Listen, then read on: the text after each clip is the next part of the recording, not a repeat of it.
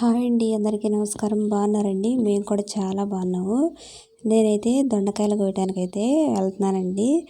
అంటే ప్రీవియస్ వీడియోస్లో నేను చాలా చూపించాను మా దొండ తీగలు ఇవన్నీ ఉన్నాయని. అంటే దోసకాయలు, దొండకాయలు, బెండకాయలు ఇవన్నీ వేసాం అంతకుముందు. ఇప్పుడైతే ఏమి లేవండి. ఈ దొండపాదులు రెండే అయితే ఉన్నాయి. వీడియో చూడండి. ఇప్పుడు వచ్చిన వర్షాల వల్ల అయితే బాగా కాయలు అయితే వచ్చినాయండి. ఇంకా ఎటు ఉన్నాయి కదా, దొండకాయలు వేపుడు చేద్దామని చెప్పేసి నేను కోయటానికైతే వచ్చానండి. అంటే ఫంక్షన్స్లో వాటిలో చేస్తారు కదా దొండకాయల వేపుడు, అదైతే చేద్దాం అనుకుంటున్నాను. అంటే ఎక్కువ రోజు కూడా కాస్త నిల్వ ఉంటుంది. చూడండి దొండకాయలు చూడండి ఎంత బాగా వచ్చినాయో, లావు లావుగాను బాగా వచ్చినాయి. ఇవి చూడడానికి పిచ్చి దొండకాయలు మాదిరి ఉంటాయి, కానీ అలా కాదండి, మంచిగానే ఉంటాయి.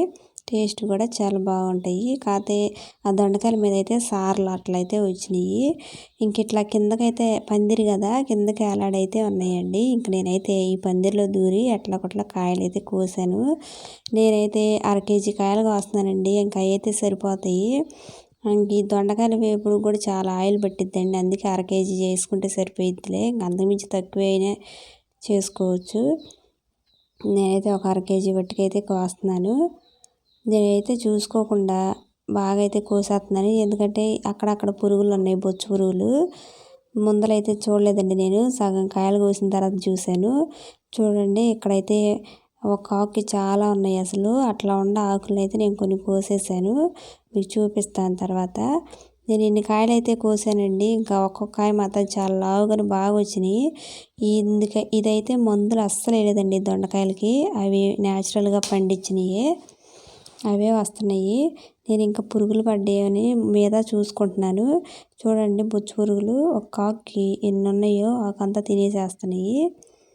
ఇంకా ఇట్లా కనపడ్డ ఆకులు అయితే నేను తుంచేసేసాను, లేదా ఇంకా ఎక్కువైపోతాయి కదా.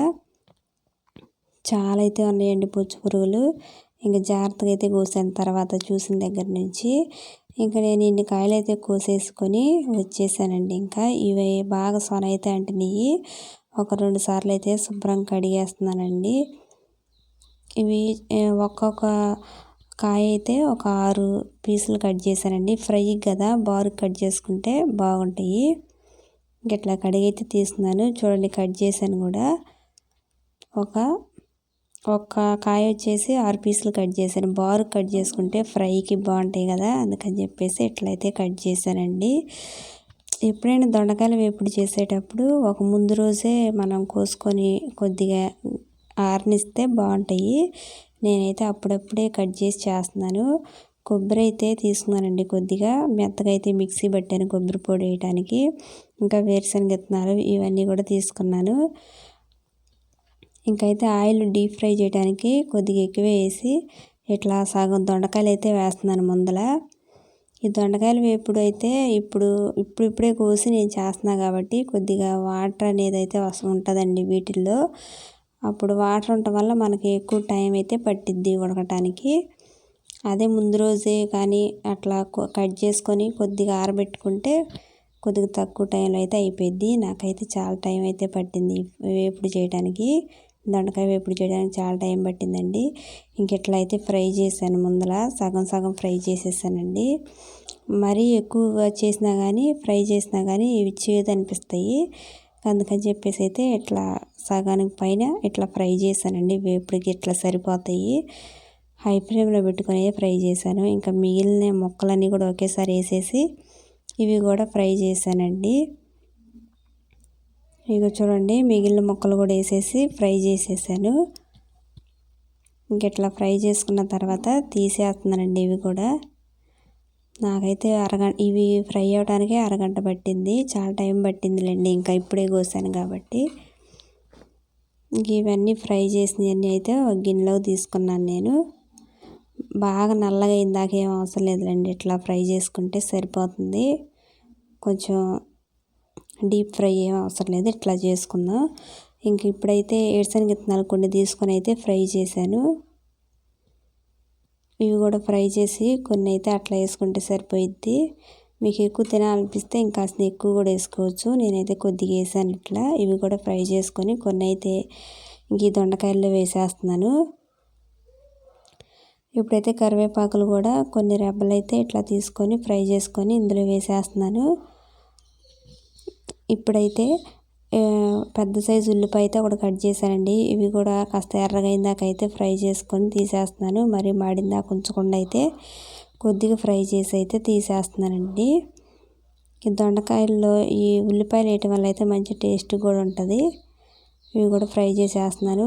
ఇప్పుడు కొబ్బరి పొడి అయితే కాస్త అంత వేస్తున్నాను. నేను కొద్దిగా ఉంచానండి, చూసి తర్వాత వేసుకోవచ్చని. ధనియాల పొడి కూడా కాస్త అంత అయితే వేస్తున్నాను. మనకి ఎక్కువే అవసరం లేదులేండి, మసాలాలు ఇంట్లోకే కాబట్టి. ఇంకా సాల్ట్ కూడా కాస్త అంత అయితే కలుపుతున్నానండి. చూసుకొని కలుపుకోవాలి, సాల్ట్ ఊరకనే ఎక్కువైద్ది. కొద్దిగా అయితే కారం కూడా వేస్తున్నాను. ఒక స్పూను కొద్దిగా అయితే సరిపోయిద్ది. ఇంక ఇది మొత్తం అయితే బాగా ఒకసారి అయితే కలుపుతున్నానండి. ఈ ముక్కలకి అన్నిటికీ ఉప్పు కారం ఇంకా ఈ కొబ్బరి పొడి అన్నీ కలిసేటట్టు కలుపుతున్నాను. ఒక్కసారి ఇట్లా బాగా అయితే కలుపుకోవాలి. ఇది ఎక్కువ రోజులు నిల్వ కూడా ఉంటుందండి. ఒక 3 రోజులు 4 రోజులు నిల్వ ఉంటుంది. పప్పులోకైనా కానీ దేంట్లోకి రసం చేసుకున్నప్పుడైనా టేస్ట్ కానీ బాగుంటుంది. ఇంకా కొద్దిగా అయితే కొత్తిమీర కూడా వేస్తున్నాను. కొత్తిమీర వేసిన తర్వాత మళ్ళీ ఇంకోసారి బాగా అయితే కలుపుతున్నానండి. నాకు ఉప్పు కారం మొత్తం అయితే కరెక్ట్గా సరిపోయినాయి. అంతేనండి, దొండకాయల వేపుడు అయితే రెడీ అయిపోయింది. నేను జీడిపప్పులు కూడా వేద్దామని తీసుకొచ్చాను, మర్చిపోయానండి వేయటం అయితే. మనకి ఇష్టమైతే జీడిపప్పులు కూడా వేసుకోవచ్చు. నేనైతే కొద్దిగా టేస్ట్ చేసి చూస్తున్నాను. టేస్ట్ మాత్రం సూపర్గాను చాలా అయితే బాగుందండి. ఉప్పు కారం అవి కూడా పర్ఫెక్ట్గానే సరిపోయినాయి. అంతేనండి, దొండకాయ వేపుడు అయితే రెడీ అయిపోయింది. నేను కొబ్బరి పొడి ఉంది కదని కొద్దిగా అయితే కలుపుతున్నాను. ఇంక ఇది కూడా కలిపి ఇంకోసారి అయితే కలిపేసుకుంటే సరిపోద్ది. అంతేనండి, దొండకాయ వేపుడు అయితే రెడీ. అంతేనండి వీడియో.